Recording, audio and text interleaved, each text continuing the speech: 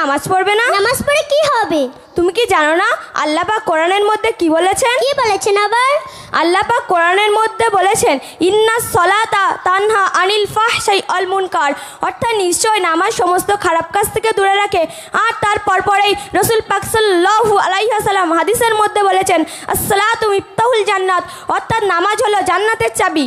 আরে বোন, আমার বয়স আগে 70-80 বছর হোক, থুতথুরে বুড়ি হব, উঠতে গেলে লাঠি, বসতে গেলে মাটি, তখন ঠিক জান্নাতের চাবি তৈরি করে নেব।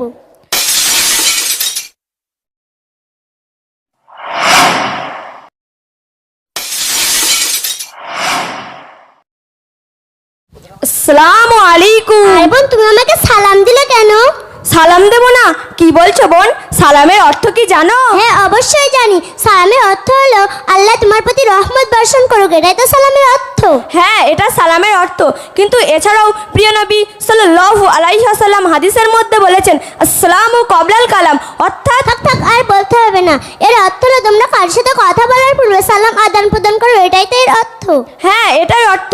কিন্তু বোন, তুমি এত কিছু জানার সত্ত্বেও বলছো যে সালাম দিলে কেন? কেন বলবো না? তুমি জানো না এখন এসব সালাম টালাম চলে না, এখন মডার্ন যুগ, কারণ এখন মডার্ন যুগ। আর কারোর সাথে দেখা হলে বলতে হয় হ্যালো, হাই, কিংবা good morning, good night, good evening, এইসব বলতে হয়। আচ্ছা বোন, এখন তো নামাজের সময় হয়ে গেছে, তা তুমি নামাজ পড়বে না? নামাজ পড়ে কি হবে? তুমি কি জানো না আল্লাহ পাক কোরআনের মধ্যে কি বলেছেন? কি বলেছেন আবার? আল্লাহ পাক কোরআনের মধ্যে বলেছেন ইন্নাস সলাতা তানহা আনিল ফাহশাই আল মুনকার, অর্থাৎ নিশ্চয় নামাজ সমস্ত খারাপ কাজ থেকে দূরে রাখে।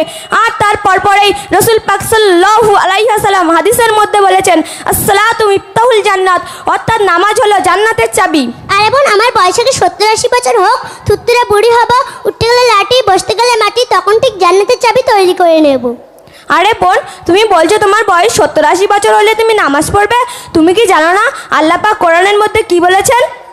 আল্লাহ পাক কোরআনের মধ্যে বলেছেন শাব্বুন নিসাই ফি ইবাদাতিল্লাহি তাআলা, অর্থাৎ যৌবন বয়সের ইবাদত আল্লাহর দরবারে বেশি গ্রহণযোগ্য।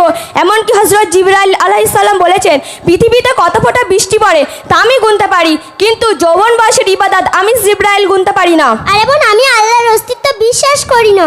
আরে বোন, তুমি এই নাস্তিকের মতো ব্যবহার করছো কেন? আরে বোন, আল্লাহ যদি বলে কেউ থাকতো তাহলে পৃথিবীতে হত্যা, রাহাজানি, চিন্তায়, অপহরণ হওয়ার পর আল্লাহ শাস্তি দিতেন। এমন তো কিছুই হয় না, সুতরাং আল্লাহ নেই। আরে বোন, এসব বিষয় নিয়ে আগামী বুধবার আলোচনা হবে। কেন বোন, কোথায় যাচ্ছ? তো তাড়াতাড়ি করছো কেন? আরে বোন, আমি মাদ্রাসায় পড়তে যাচ্ছি। আর বোন, মাদ্রাসা পড়াটা রাখো, জীবনটাকে এনজয় করতে শেখো, বারকা খুলে ফেলো, কারণ এখন মডার্ন যুগ। আর এইসব বারকা পরে ঘুরলে হবে না, কারণ এখনকার যুগে এসব মানায় না। আরে বোন, তুমি এসব কথা বলছো কেন? তুমি কি জানো না আল্লাহ পাক কোরআনের মধ্যে কি বলেছেন? আল্লাহ পাক কোরআনের মধ্যে বলেছেন অকুন্না ফি বুয়ুতিকুনা আলা তাবাররুজনা তাবাররুজাল জাহিলিয়াতিল উলা, অর্থাৎ হে নারীরা, তোমরা তোমাদের ঘরে অবস্থান করো, তোমরা সেই জাহিলিয়া যুগের মতো নিজেদের সৌন্দর্যকে পরপুরুষের সামনে প্রদর্শন করে বেরিও না। আরে বোন, আমি আগেই বলেছি না যে আমি আল্লাহর অস্তিত্ব বিশ্বাস করি না? আরে বোন, আমি আগেই বলেছি না যে এসব বিষয় নিয়ে আগামী বুধবার আলোচনা হবে। ঠিক আছে বোন, কখন দেখা হবে? সকাল 9টার সময়। ঠিক আছে, গুড বাই। Good bye. আসসালামু আলাইকুম। আরে বোন, তোমার সালামের মতো ভন্ডের সাথে ফালতু তর্কও করব না। আরে বোন, তুমি আমাকে ভণ্ড বলছো কেন? ভন্ড বলবো না? গত শনিবার বললে আগামী বুধবার বেলা 9টার সময় দেখা হবে।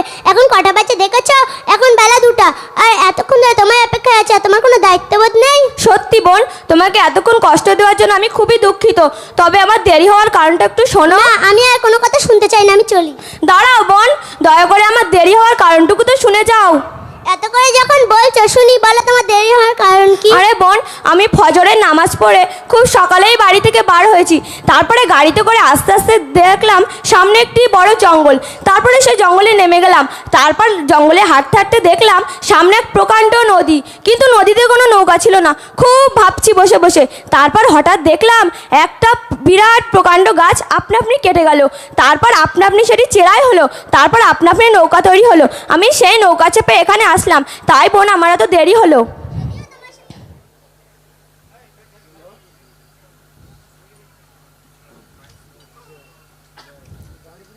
যদিও তোমার সাথে দু চার কথা বলতাম, কিন্তু তোমার এইসব কথা শুনে মনে হচ্ছে তোমার মাথাটাই গেছে।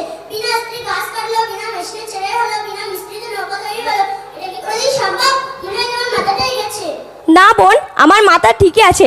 এবার বলো তো, বিনা অস্ত্রে যদি গাছ না কাটে, বিনা মেশিনে যদি চেরাই না হয়, আর বিনা মিস্ত্রি যদি নৌকা তৈরি না হয়, তাহলে এই পৃথিবীর এই বড় আকাশ, পাহাড়, পর্বত, সমুদ্র, মহাসমুদ্র কে সৃষ্টি করেছে? আর এর কারিগর বা কে? এতদিন আমার ভুল ভেবেছে বোন, এতদিন আমার বিশ্বাস ভুল ছিল। আল্লাহ বলে একজন আছেন, তিনিই হলেন সবকিছু কারিগর। এবার তুমি আল্লাহর অস্তিত্ব বিশ্বাস করেছো তো? হ্যাঁ, আচ্ছা বোন, নামাজ না পড়লে কি কোনো ক্ষতি আছে? আরে তুমি জানো না, একক তো নামাজ কাজও করলে 2,88,000 বছর জাহান্নামের আগুনে পুড়তে হবে। জাহান্নাম সেটা আবার কি?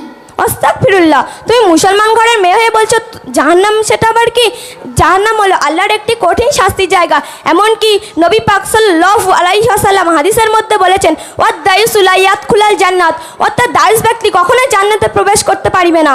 তা বোন, আমি তো অনেক নামাজ কাজা করেছি, তো আমার এখন উপায় কি হবে? কি হবে আবার? জাহান্নামের আগুনে পুড়তে হবে, কিন্তু উপায় একটা আছে। কি উপায় বলো না বোন? তওবা করিলে আল্লাহ চাইলে সমস্ত গুনাহ মাফ করে দেবেন।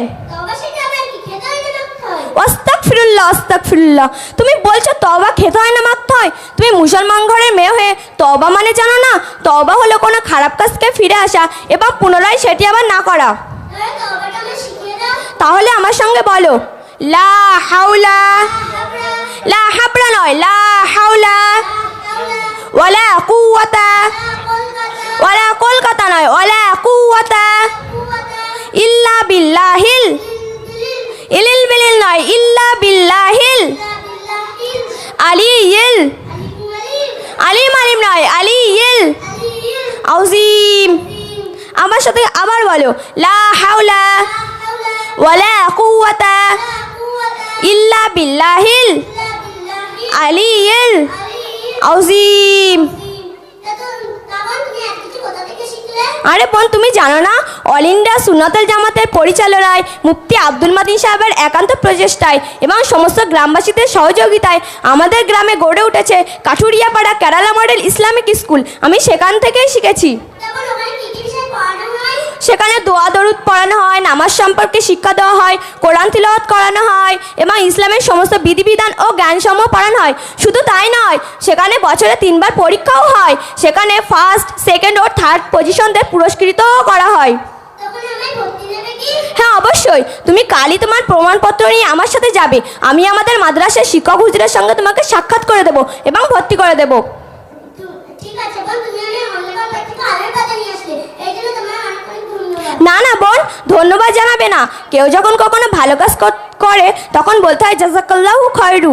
ঠিক আছে, চলো এখন আমরা আসি। চলো, আমরা এখানে মোকালামা ইতি করছি। আসসালামু আলাইকুম।